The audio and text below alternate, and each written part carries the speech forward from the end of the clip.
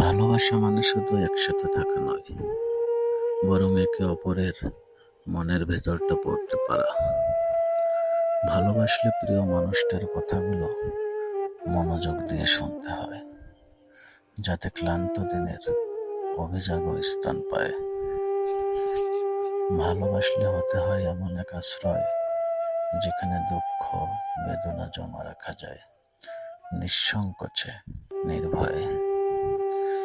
একজন অন্যজনের কাছে শুধু প্রেমিক বা প্রেমিকা হয়ে থাকতে হয় না, থাকতে হয় বন্ধু হয়ে, হাতে হাত রেখে বলার মতো মানুষ হয়ে।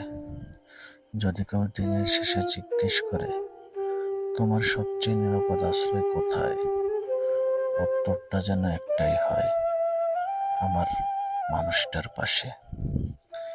এখানে লুকোচুরি নেই, এখানে অভিনয় নেই, আছে শুধু সম্মান, বোঝাপড়া আর সেই একান্ত সময়গুলো, যেখানে পৃথিবীর ভিড় থেকেও শান্তি খুঁজে পাওয়া যায়।